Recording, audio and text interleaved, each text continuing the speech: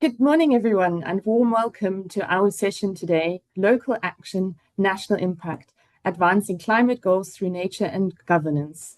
My name is Ursula Wellman, and I'm Manager for Biodiversity and Nature at ICLEI Africa. It's a real pleasure to have you join us today as we explore the powerful synergy between local action and national climate ambitions through the lens today of biodiversity and nature-based solutions. And this courtesy today as hosted as part of our Daring Cities virtual forum. Now, today we will be hearing from insights from ICLEI Africa's work across the African continent, particularly focusing on Sierra Leone and Tanzania through our Urban Natural Assets project, as well as also the Interact Bio project.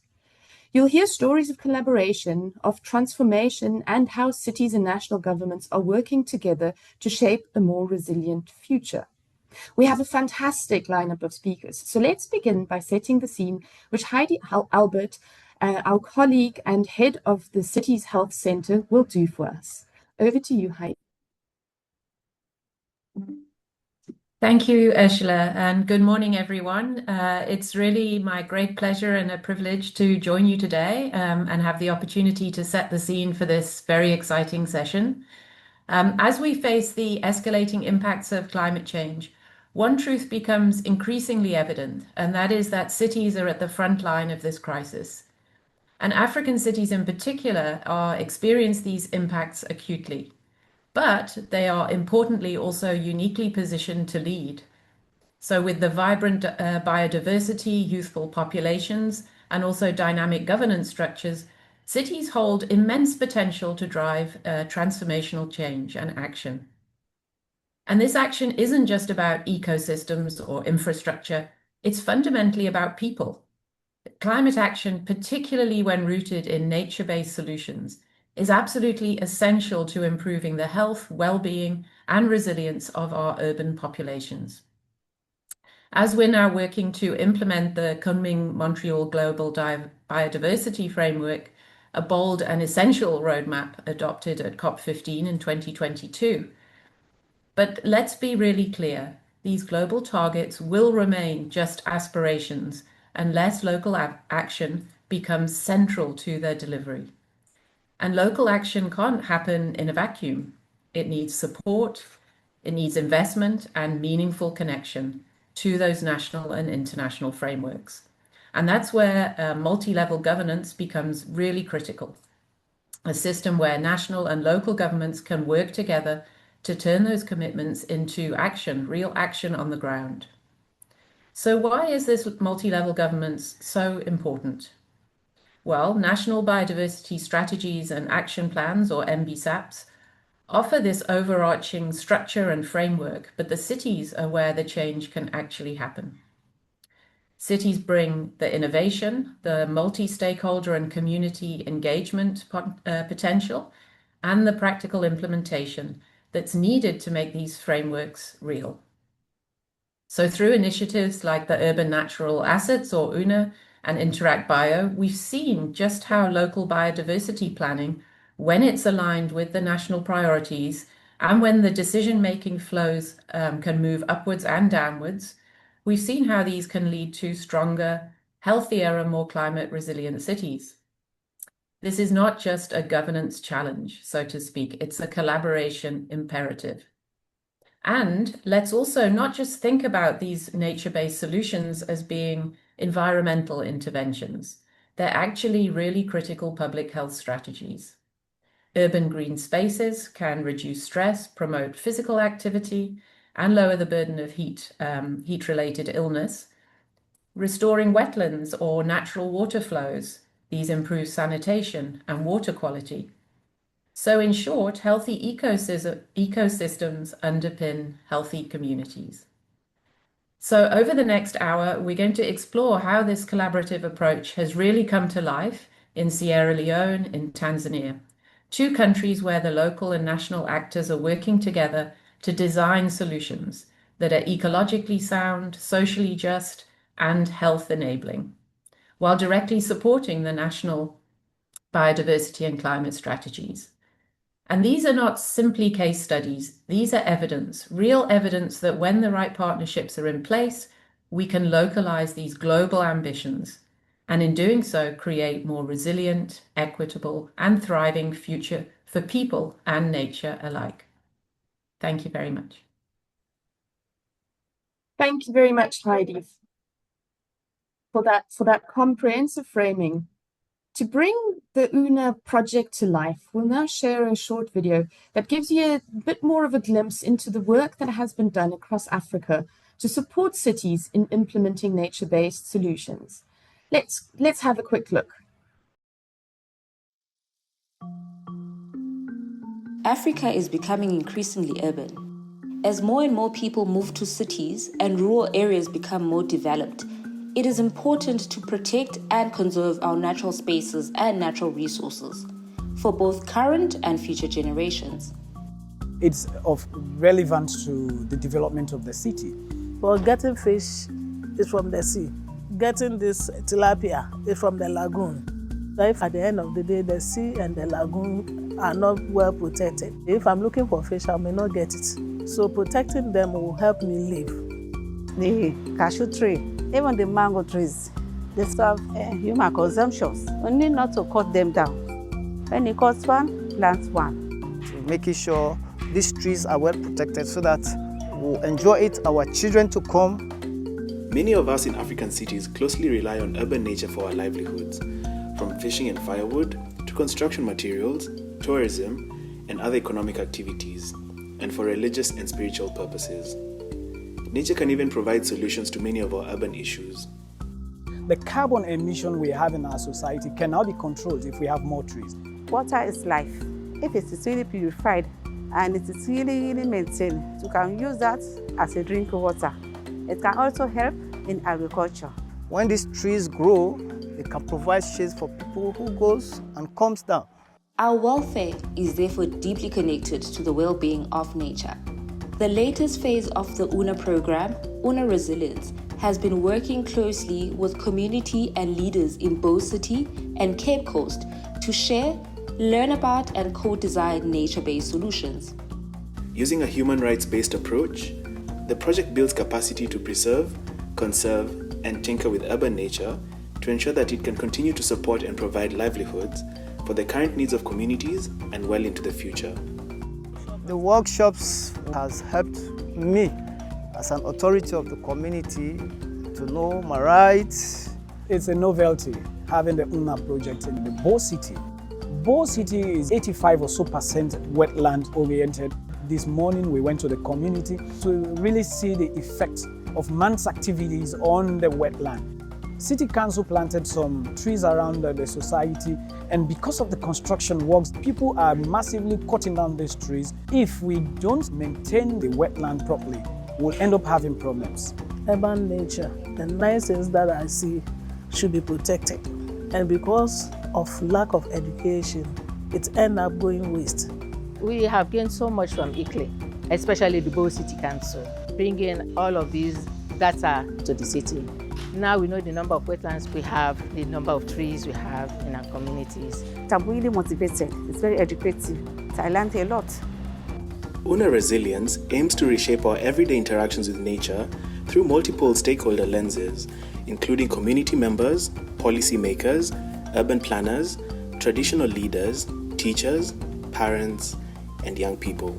How we act now to protect our urban natural assets has a direct impact on the lives of future generations. How will you take action for urban nature in your city today?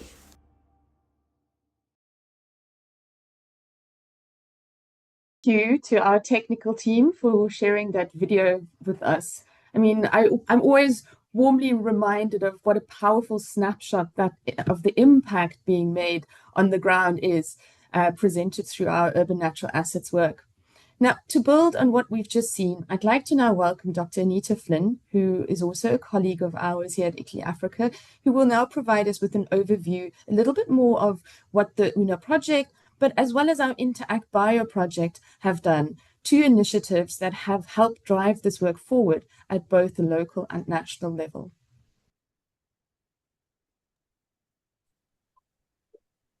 Thank you, Ursula.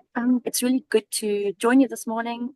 It's such a pleasure. I'm going to just give you a really quick snapshot of the two projects that are relevant to this session. I just want to check, can you hear me all right?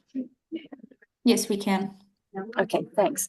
So first of all, let's start with the Urban Natural Assets Program, or UNA as we fondly call it. So UNA was actually started in 2014.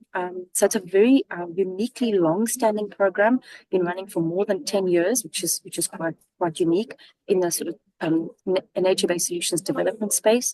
It's funded by SWET-Bio and implemented by ICLEI Cities Biodiversity Center and hosted from the ICLEI Africa office. The aim of UNA is to support local governments in Africa in addressing the daily challenges around protecting and revitalizing their urban natural assets. It's specifically trying to improve human well-being, contribute to poverty alleviation, and build climate resilience through integrating nature-based solutions into land use planning and decision-making processes in all levels of government. And you can see on the map on the left-hand side on the slide, the 11 cities that UNA has been working in over the last 10 or 11 years. And so we've done quite a good extensive footprint of this project or program across Africa. Let me just highlight briefly the phases of the program, or the sort of thematic areas that this program was focused on. The program started with a scoping phase called Urban Natural Assets for Africa, or UNA Africa. That was really just a scoping phase, and from there on it sort of became more specialized. It was followed by a phase around rivers for life, another phase around coasts, UNA Coasts for Life, and the most recent phase has really focused on less on an ecosystem theme, but more on human rights, looking at how nature-based solutions processes can become a platform for discussing and invoking the dynamics around human rights, inclusivity, and equity for both civil society and government. So something to note about this program is, which is not on the slide, is that it's a very process-oriented program, very people-centered program. So I want to mention that because it sets it apart a little bit from the Interact Bio project, which is the next slide. Thanks very much. So here we move on to the Interact Bio project. And just to say also, this program was quite similar to the UNA program, but also different in some ways, and I'll explain that. This project ran from 2017 to 2024, so also quite a long project, which is very fortunate for us because it tends to more embed capacity and learning. It is funded by the German government's climate fund and implemented by the ICLEI Cities Biodiversity Center, and again hosted by the ICLEI Africa office. Interesting about this project, it was a Global South initiative, so it covered, actually we had projects in many countries in the Global South, but for the purpose of today, we'll be focusing on some of the activities that happen in Tanzania and specifically in the city of Dar es Salaam. The aim was to improve the utilization and management of urban nature in the Global South, really looking at fast-growing cities and cities that fall within globally recognized biodiversity hotspots. The emphasis on this project was really about using planning tools, and on the left you can see a variety of the planning tools that were developed for the city of Dar es Salaam during the course of the project.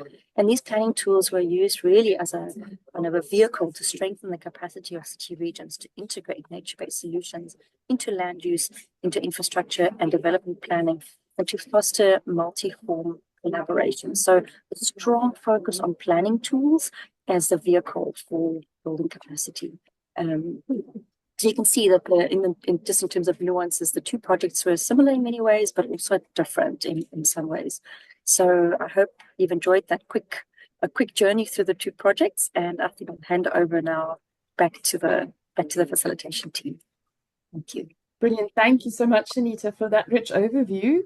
Now we'd like to turn to our speakers from our respective countries, and I'd like to firstly welcome Mr. Charles Mariki. He's the Principal Urban Planner for the Presidential Office for Regional and Local Government of Tanzania, based in Dar es Salaam. Now, Charles, I think you will be speaking with us around enabling vertical integration. How does national planning support city-level biodiversity action? I'm curious to obviously hear all of this from you. So over to you, Charles.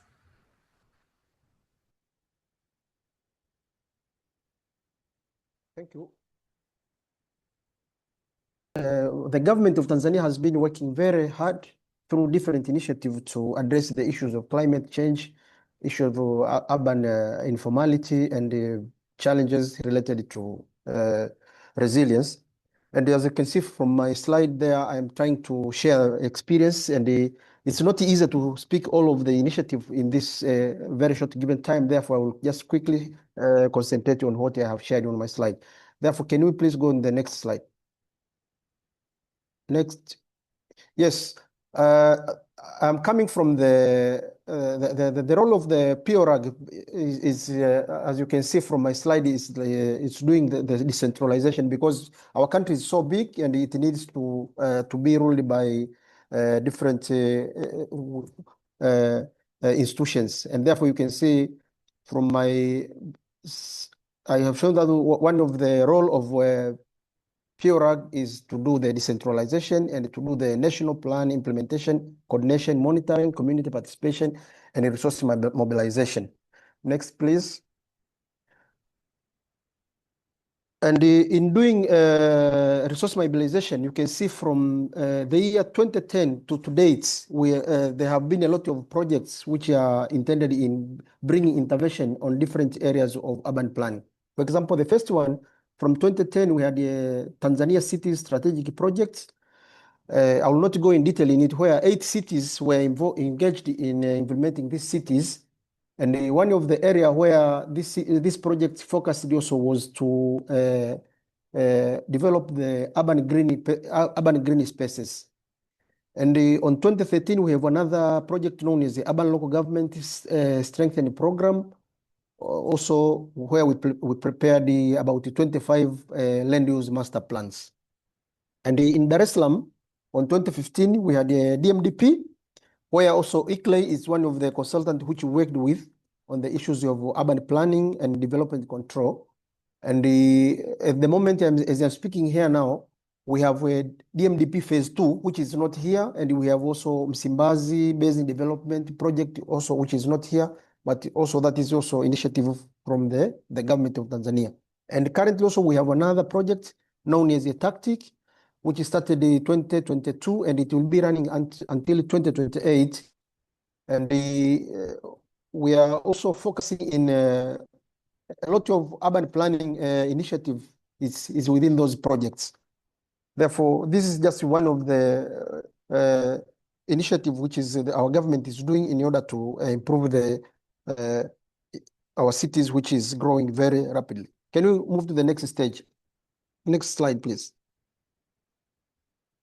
Yeah, as you are asking, we have this slide. I borrowed this slide from one of the ICLEI presentation last year, and you can see that in Tanzania we have a multi-level governance where we have different levels from the national level, regional level to the local level, where different sectors and the plans and the actors are engaged. Can you go to the next slide, please?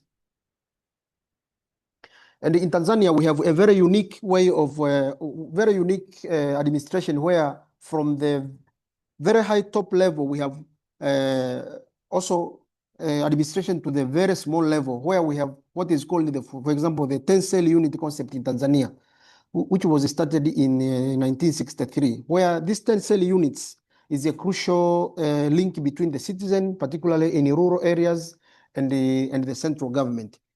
This 10-cell unit means even where I'm staying, there is a leader of 10 houses. Therefore, every 10 houses within Tanzania settlement, there is a one leader who is responsible to know who is the owner of the house and what is he doing. And within that 10-cell units, that's where we can communicate with the government through our leaders when we are looking for issues like security, looking for issues of education, issue of like infrastructure. And therefore, this is the lowest level of administration when you are coming to Tanzania. We have the national government, but we have even this 10-cell unit, which goes as down as the 10 houses. Can you go to the next slide? we'll see how we can connect it to this cell unit. Yeah, this is another slide also, which I borrowed from the ICLEI presentation. And you can see that from the national level, we have the ministries, and we have regional levels, and we have the planning authority. The one with the red color is where we have like cities, we have municipalities, we have towns, and the townships. This is how the administration and the management of urban planning goes. And the lower one, where is entire level, is where I was talking about the 10 cell units. Therefore, you can see that the idea comes from normally we have either the idea comes from the ministry, going to the regional level, goes to planning authority, and going to the entire level. Or it can go otherwise, it can start from the entire level, going to the planning authority, going to the regional level, going to the ministry level. Therefore, this is how the levels of administration in Tanzania works. For the moment, for me, I am coming from the ministry level, that is from the top one, but I am working with the bottom levels, that from the regional level, from the planning authority level, and entire level. This is how we normally work, and this is how also the issue of urban planning is taken care of. Can you move to the next slide, please?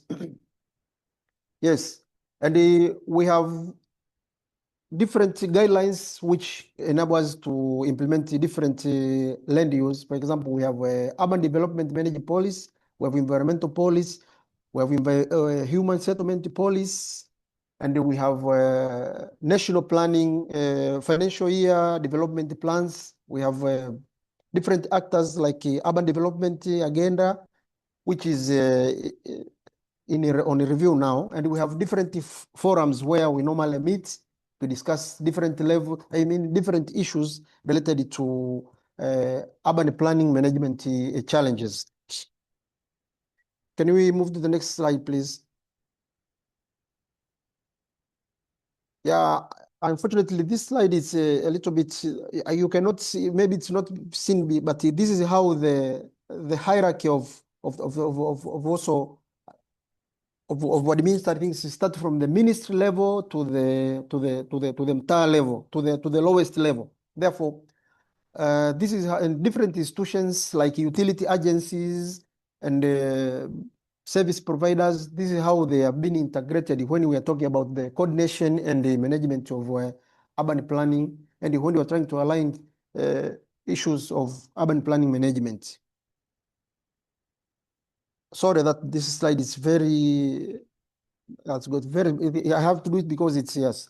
And therefore, another level is the RAS, the role of RAS. RAS means Regional Administrative Secretary, where normally, for example, in Dar es Salaam, we have RAS who is responsible for overseeing the implementation of urban planning activities in 5 different municipalities. And his main role is like ensuring the peace and security, public parastatals, utility agencies, road agencies, and the environmental and different institutions and business sector. Therefore, the role of RAS is to coordinate these 5 municipalities to ensure that they implement the plans from the ministry level.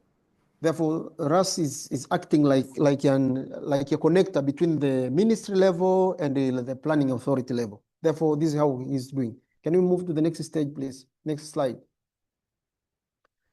And here we have, for example, if you visit our city, you will find this is how the distribution of activities. We have integrated planning forum, where in the city we have land, where we're like, for example, we have land owners, we have road utility, we have land use commission, we have head of departments, we have CSCs, utility agencies as business sectors. Therefore, the purpose of this slide here is to show how the city director also need to work with the different actors within the municipality or within the city to ensure that when the plans for urban planning are prepared, all of these institutions are taken into considerations. Next slide, please. Yeah, we have coordination between utility agencies and the LGAs. LGAs means local government authorities. Normally, we have to work with different institutions like electricity, like water, like communication, telecommunications, like gas, in order to ensure that the plans for all of these institutions are aligned with the master plans and the national planning agenda, which is already within those regions. Can you move to the next slide, please? Yes, another sector which is very, very important and which is now be taken into the involvement of the private sector. Previously, government used it to be as the sole service provider, but now due to an increase of people, government has firmly started involving private sector in planning and overseeing the management of cities. Currently, we have a lot of private urban planning firms which are working in parallel with the government to ensure that cities are managed, and the issue of climate change also is taken care into consideration. Next slide, please. Yeah, we also the issue of community stakeholders. This slide is talking about how we involve and collaborate with the community stakeholders in the issue of urban planning, whereby we normally meet, we discuss, we prioritize issues, and try to agree on how these initiatives can be implemented, especially issues of land use, issues of urban planning, issues of how to monitor and how to make sure that all opportunities which can be developed from these implementations can be shared and can be of beneficial to that communities. Next slide, please. Yeah, this is just a summary of the activities which we are currently doing now. And some of them might not be very much related to climate change, but we have the issue of urban finance, because we know that in order for city to function well, it needs to have revenues to pay for different costs. Therefore, currently we are building the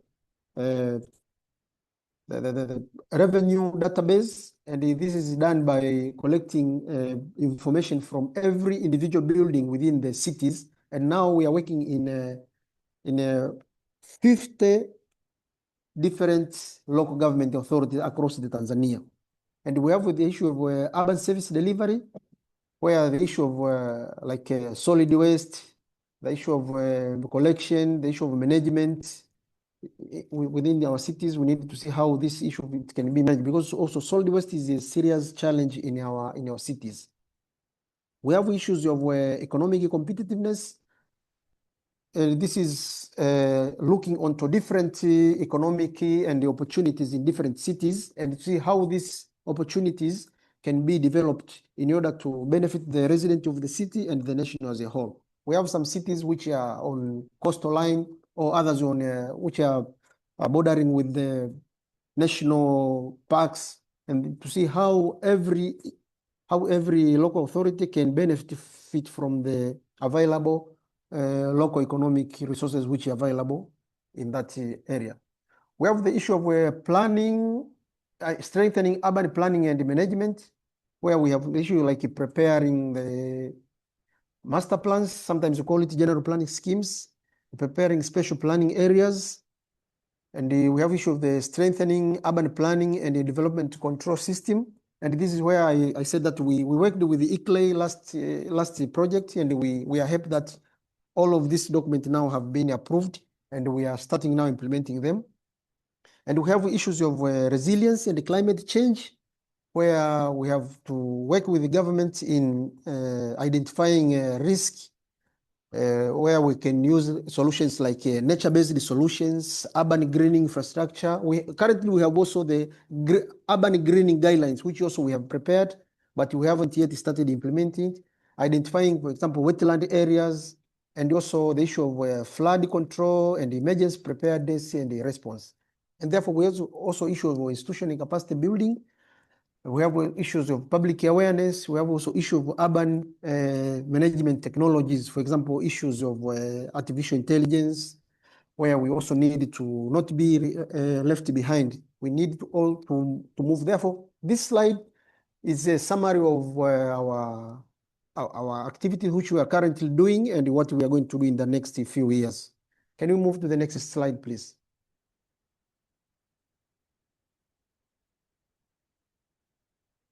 Next slide. Yeah, I think I tried to be very brief, and I think this will be my last slide. Yeah, I'm sorry that maybe I was speaking very because I was just giving 4 minutes, and therefore it's not easy for me to to speak very brief. I mean, to speak in such a short given of time. Otherwise, I am glad that you have been invited to share on what we are doing, and each and everything which we are doing is what we are doing in Dar es Salaam. And I saw even some of the videos, and even one of the placard is in my office. Therefore, I feel as if you are my colleague whom we are working to try to find solutions for challenges which we are facing in Tanzania. Thank you. Thank you very much, Mr. Mariki. I think some wonderful insights that you have shared with us there.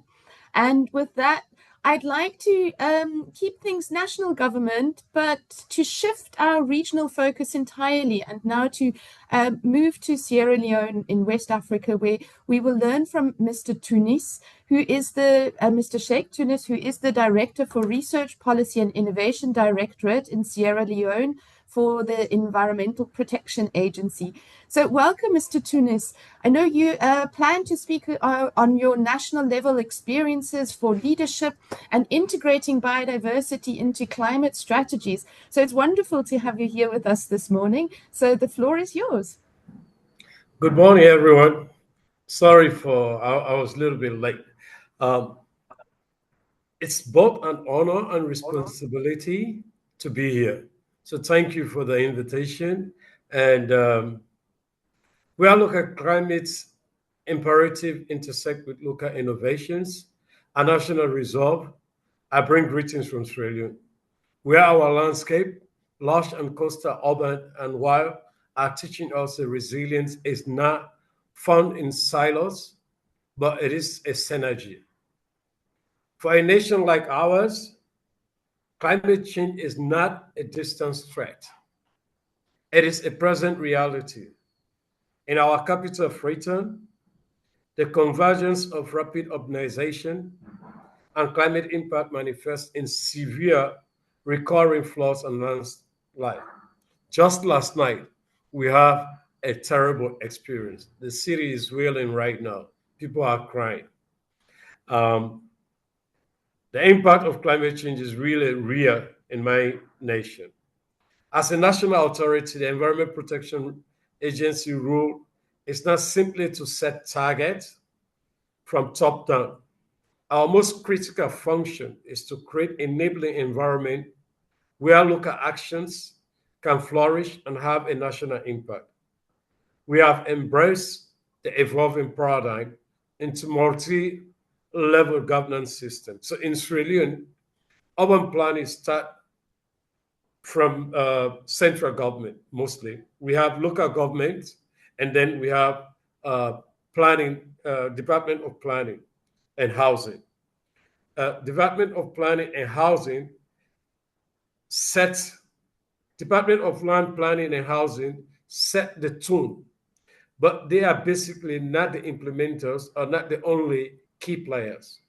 When it comes to nature-based solution, for example, it's EPA that leads in that front, whilst local government follow next, and then planning. Why EPA on nature-based solution? Because the MBSAP, EPA is the focal person for all environmental and climate actions in the country. So as such, when it comes to that, and what we do for nature-based, we set target and work with local government of various levels to ensure that they follow what is in our NBSAP. Our primary tool for this has been the principle of vertical integration, particularly when we manage our country biodiversity. We see nature not as a separate issue, but as a fundamental infrastructure for urban resilience.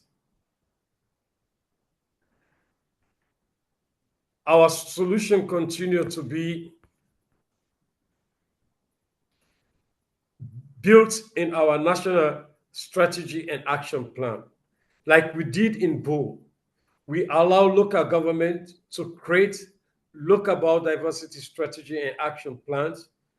We co-design our city, including Freetown and BO and other cities, working on a common goal using the NBSAP.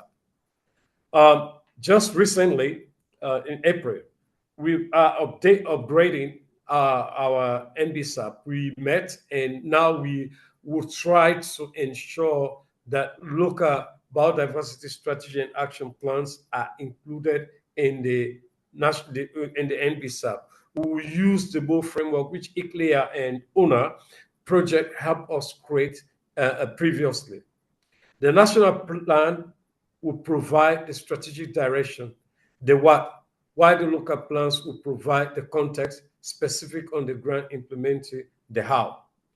What we are discovering is a vertical integration is not a ladder where policy flows one way from top to bottom. It is a net. It is a net that catches brilliant ideas from the ground up. The youth-led composting hubs, women agroforestry cooperatives, and even life cycle planning for our new e-mobility battery system stretches upward to inform carbon pathways and biodiversity financing at national level. What I'm saying simply, for nature-based solution, we allow solutions to come from individual local government. Just to give you back how Sierra Leone urban planning is set up. We have sectionals, which is the lowest planning sect in Sierra Leone. Sectional involve chiefdoms and close chiefdom by that section. They plan for their sections. Some chiefdoms have 4 or 5 sections. Some sections overlap from one chiefdom to the other, depending on the geography and the locations. So after chiefdom, then you have, after section is chiefdom, after chiefdom is district, and after district is regional. Each of these groups for their NBSAP, they are free based on what is in our NBSAP. They are free to come up with ideas on how to do it. Prime example is the like when UNA, the urban natural assets, started operating in Sierra Leone, the goal was to create a system where a city can plan its own NBSAP, and they work with both cities, while EPA was providing the necessary advice on national issues or how the local affairs intersect with national priority. So what we do as an agency, or what central government does mostly, is to give advice and direction. And where technical expertise is needed, then central government may be providing that technical expertise or advice. A prime example of this net is Action in Freetown Dialogue, a multi-stakeholder platform we help facilitate through the Interact BAO project. This is another meeting. It was a dedicated space where national government body, city council, and community stakeholders could come together to genuinely align their priority. It is through these dialogues that we translate national policy into tangible local projects, ensuring that a city plan to restore a mangrove ecosystem, for instance, is directly supported by national conservation and goals and resources. Of course, This journey is not without its challenges. We wrestle with significant resource constraints, both financial and technical.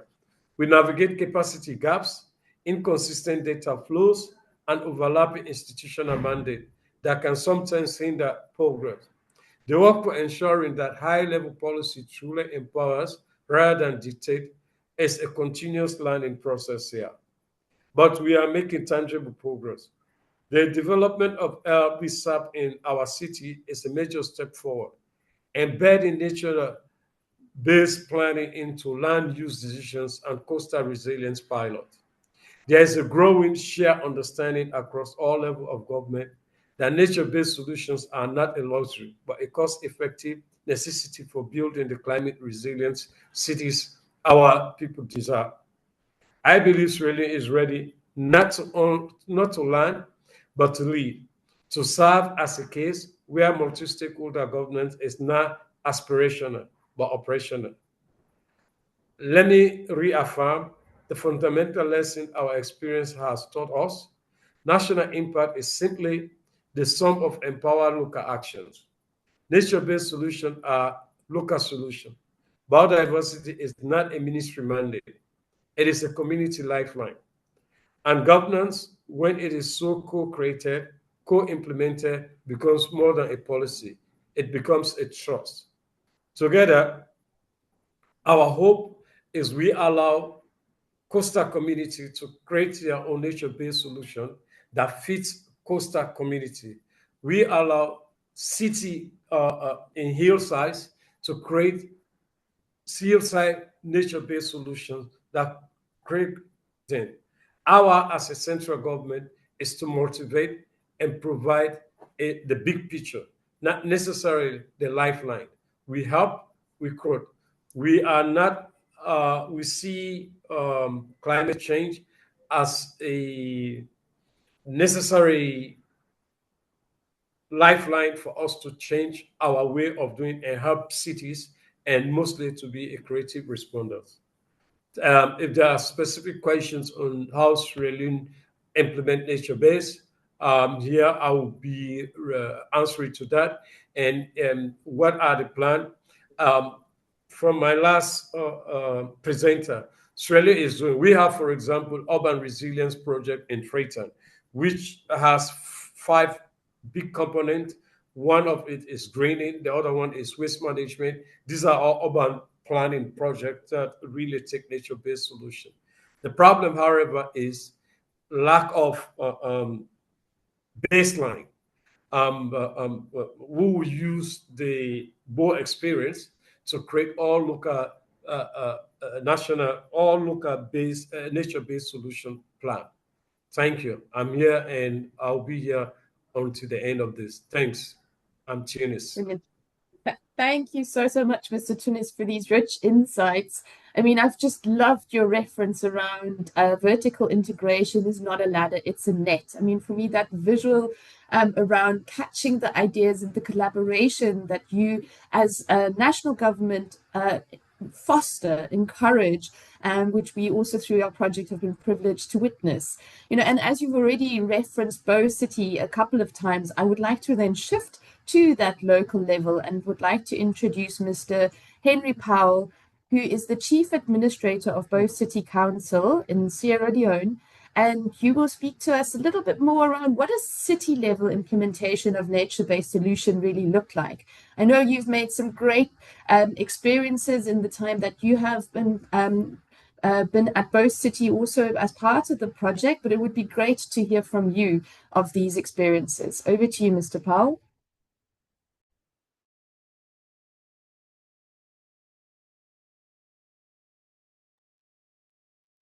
Mr. Powell, are you available to unmute? Yes. Good Brilliant. morning, everyone. Good morning.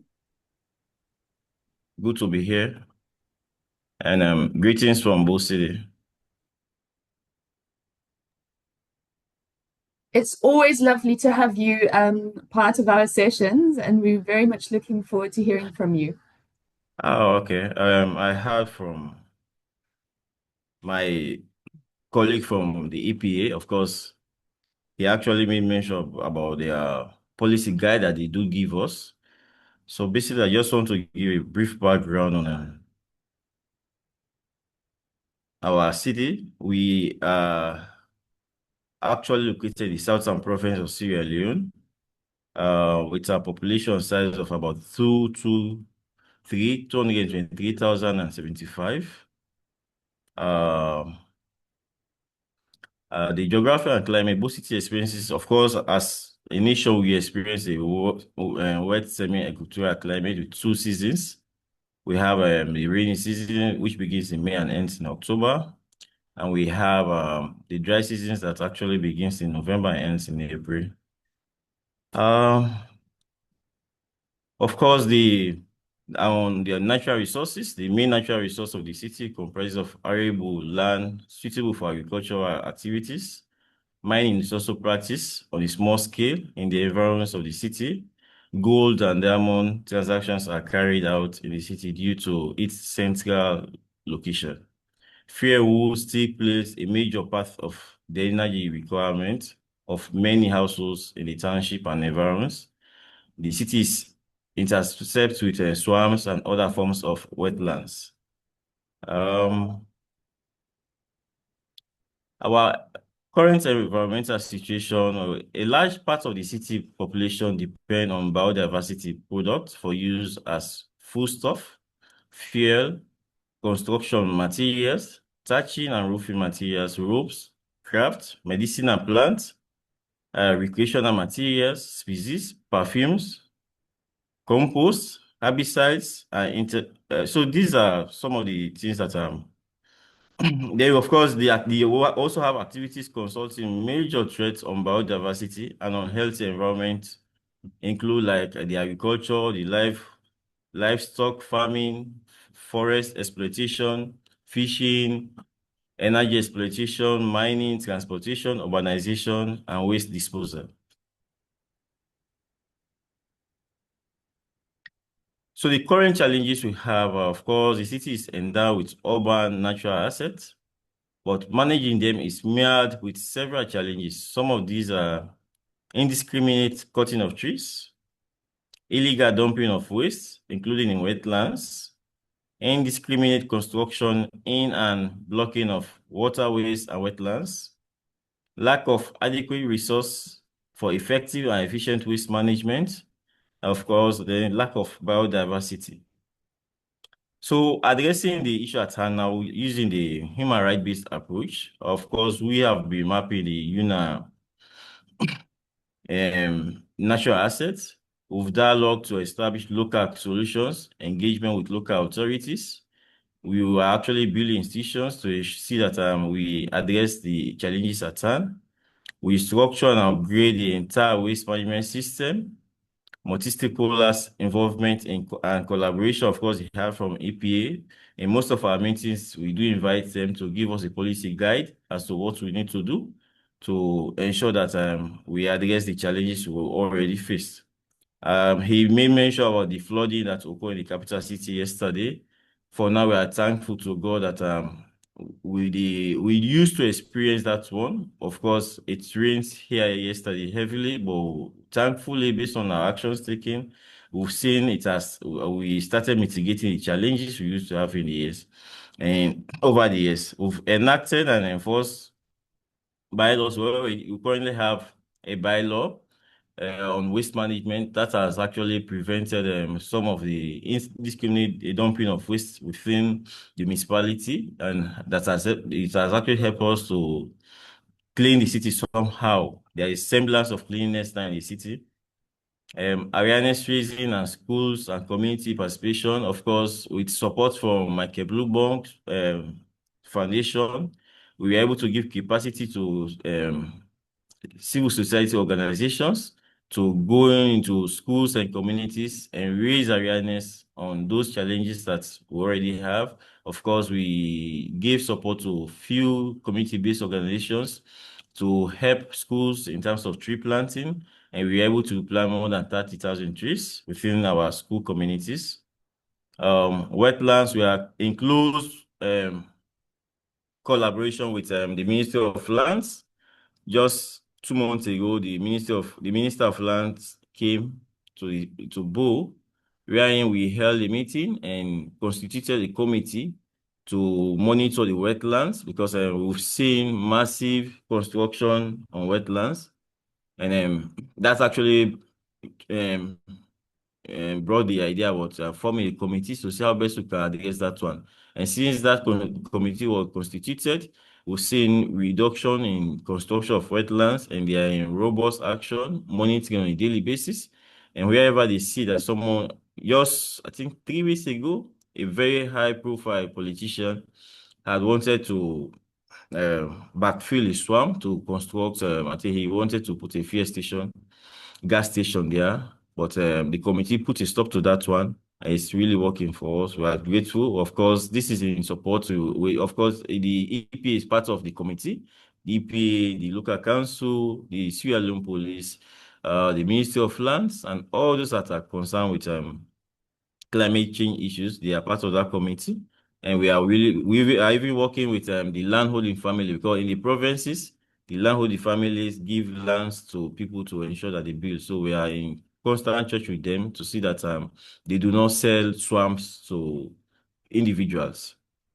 Of course, we've received support from NACSA, one of our governor MDAs within the country. They are supporting 6 local councils to the World Bank. We are clearing our canals and drainages. They gave us that support. So that has actually mitigated the flooding that we used to experience over the years. Now the canals have been cleared, and the drainages have been cleared, so the water now have easy flow.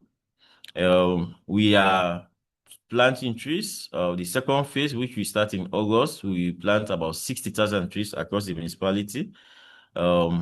We are still working on the nature-based solutions. We incorporate MBS in our annual budget. We are still working with other stakeholders to ensure that, like the EPA, Ministry of Lands, to see how we make the Bo City green again. So in brief, this is what you are doing. I want to say thank you. Possibly I will ask further questions from my colleague EPA, so that whilst we discuss, if there are questions, I may want to know how we can source other funding. Of course, they do have windows. So if there are, how he can help the city council to get access to some of the windows that are available, so that we can tap into those ones and see how best we can implement more climate change and activities. Thank you so much. Thank you very much, Mr. Powell. I think it's been wonderful to obviously hear your perspective, what local implementation really also looks like.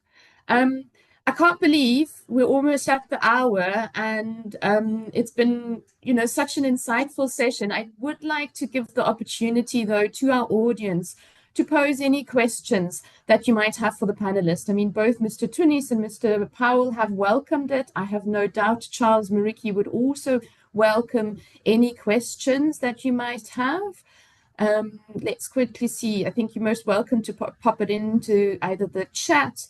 I see we also have a Q&A function, or if you prefer to raise your hand, let's see if there's anything come up. Feel free to use the chat for your questions, Catalina says. Anybody have a question? Alternatively, we could also, so here we go, a question to Charles. And this is, does the tensile concept also work effectively in informal settlements? Charles, this question is for you. Would you like to respond to Anita, please?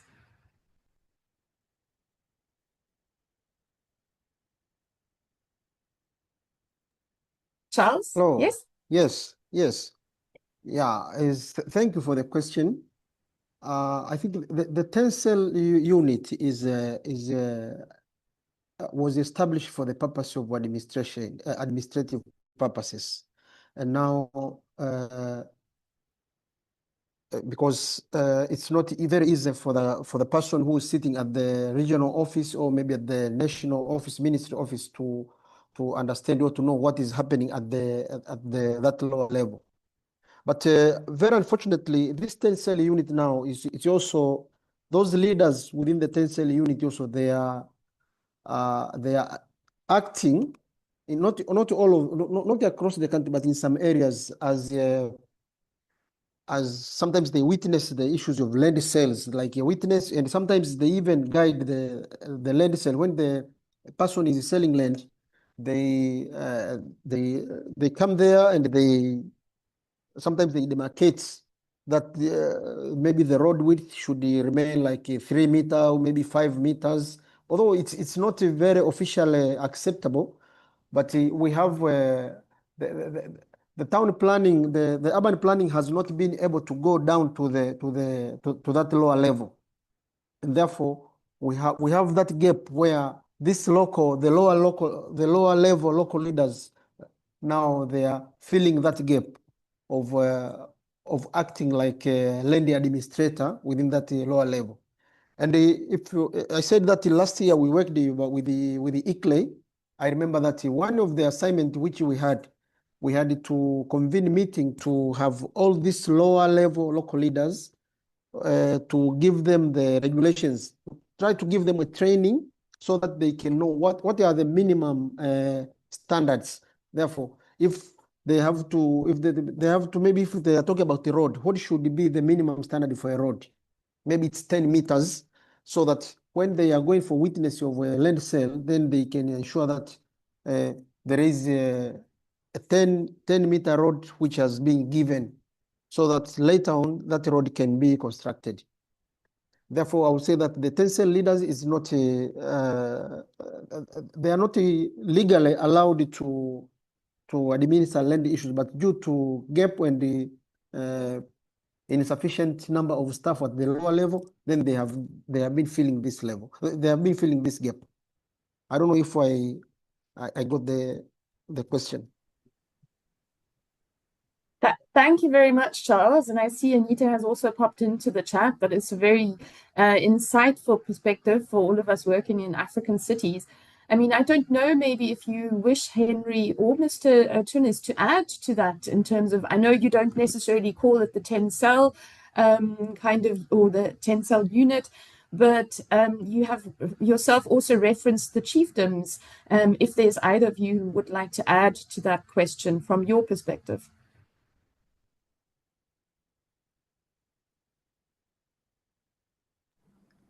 Okay, for me, when it comes to urban planning, basically it's people's plan. I'm an urban planner, so it's people's plan. You cannot plan for someone. You cannot plan for a place that you don't live.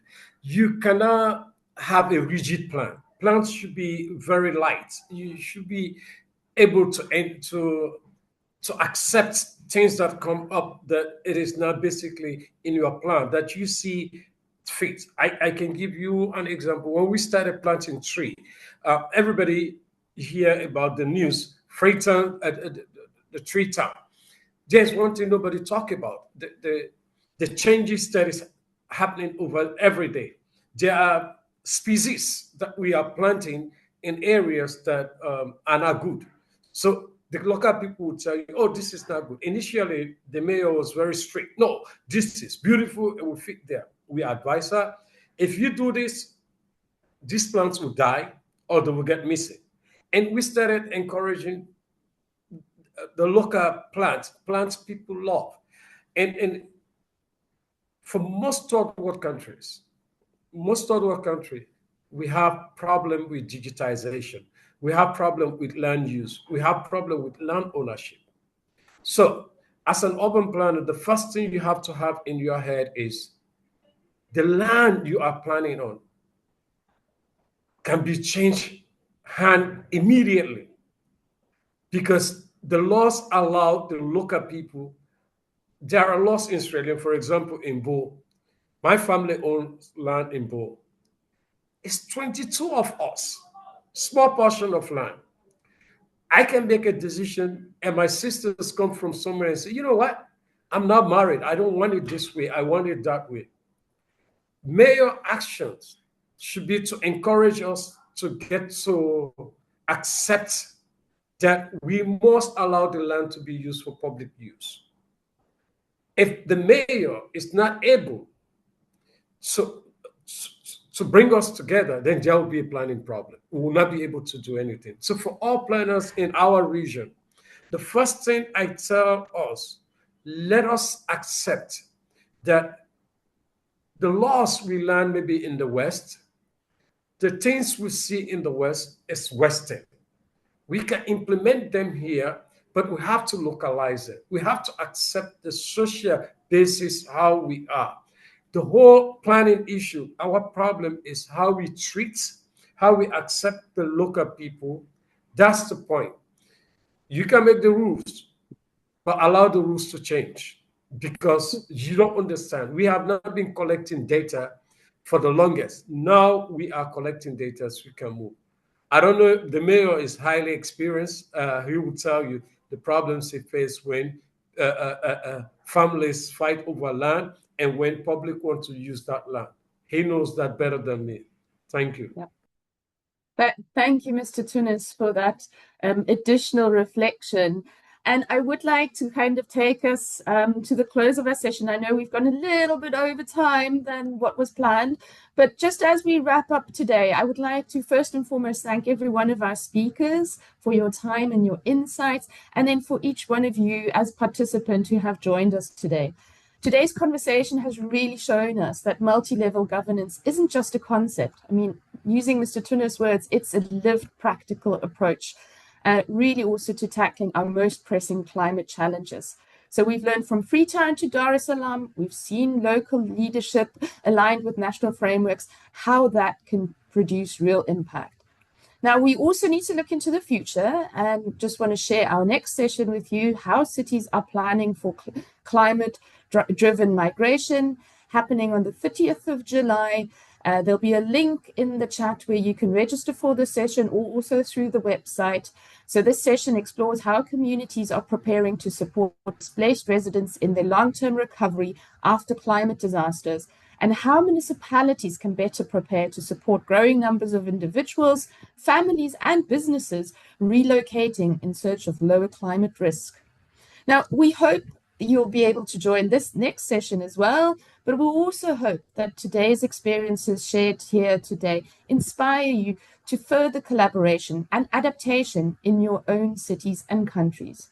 So thank you once again, and feel free to connect with us after the session, and wishing you all a wonderful rest of the day.